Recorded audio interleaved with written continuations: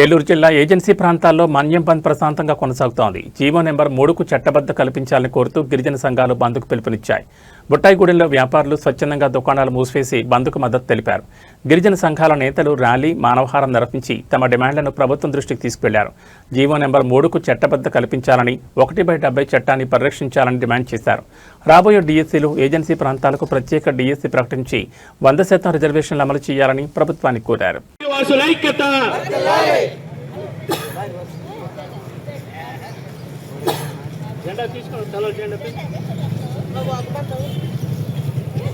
GO number 3కి చట్టభద్రత కల్పించాలని, 1/70 చట్టాన్ని రక్షించాలని కోరుతూ ఈ మన్యం బంద్ జరుగుతోంది. దీనికి మన వర్ధిల్లాలి ఆదివాసుల ఐక్యత, వర్ధిల్లాలి ఆదివాసుల ఐక్యత, వర్ధిల్లాలి ఆదివాసుల ఐక్యత. ఏమంటే వాహనం లారీ మీరు వెనక్కి తిప్పుకొని వెళ్ళండి, ఇటు ఉండదు. జయప్రదం చేయండి మన్యం బంద్ను. సారీ సార్లారా, ఈరోజు రాష్ట్ర వ్యాప్తంగా మన్యం బంద్ జరుగుతుంది. ఈ బంద్కి మన ఆటో యూనియన్ వాళ్ళు కూడా సహకరించాలి. పటిష్టంగా 170 చట్టాన్ని రాష్ట్ర ప్రభుత్వం సుప్రీంకోర్టులో రిట్ పిటిషన్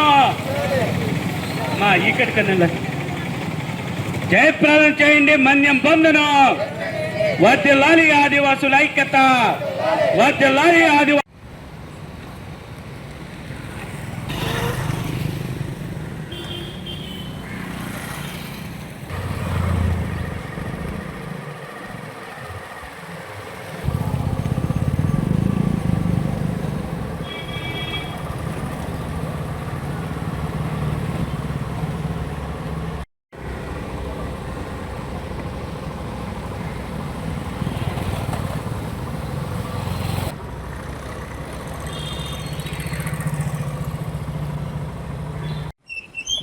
ఈరోజు రాష్ట్ర వ్యాప్తంగా మన్యం బంద్ జరుగుతూ ఉంది.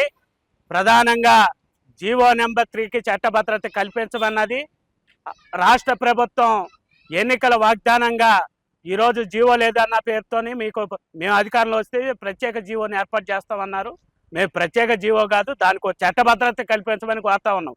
అట్లానే 1/70 చట్టాలపై సుప్రీంకోర్టులోని 1700 మంది పిటిషన్ దాఖలు చేశారు. ఈ రోజు కూడా రాష్ట్ర ప్రభుత్వం నుంచి ఆ కేసులో ఇంక్లూడ్ అవ్వలేదు, అంటే రిట్ పిటిషన్ దాఖలు చేయలేదు.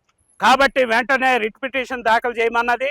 జీవో నెంబర్ 3కి చట్టభద్రత కల్పించమనేది రాష్ట్ర వ్యాప్తంగా ఈరోజు మన్యం బంద్కు పిలిపించాం. కాబట్టి ఇప్పటికైనా రాష్ట్ర ప్రభుత్వం ఆ రకంగా ఆలోచించి రేపు తీసే డిఎస్సిలోని ఏజెన్సీ డిఎస్సిని ప్రకటించాలి. ప్రకటించిన డిఎస్సిలో 100% రిజర్వేషన్ అమలు చేయమన్నది మేము కోరుతా ఉన్నాం.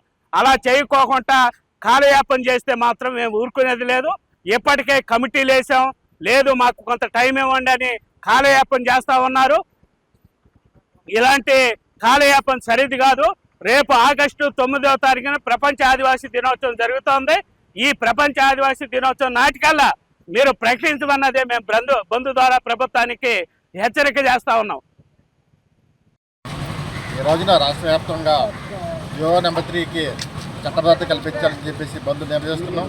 దీనిలో భాగంగా ఉప్పాడ మండలంలో సుమారుగా అనేక ప్రజా సంఘాల ఎదురులో ఈరోజు జరుగుతుంది. ప్రధానమైనటువంటి ఈరోజు చంద్రబాబు గారు అధికారంలో రాగానే జీవో నెంబర్ 3కి చట్టబద్ధత కల్పిస్తామని చెప్పి హామీ ఇచ్చారు. కానీ ఇంతవరకు కూడా చట్టబద్ధత కల్పించలేదు. రేపు అంతర్జాతీయ ఆదివాసీ దినోత్సవం రోజున ప్రకటించకపోతే భవిష్యత్తు కార్యక్రమం చేస్తామని ప్రభుత్వానికి హెచ్చరిక చేస్తున్నాం.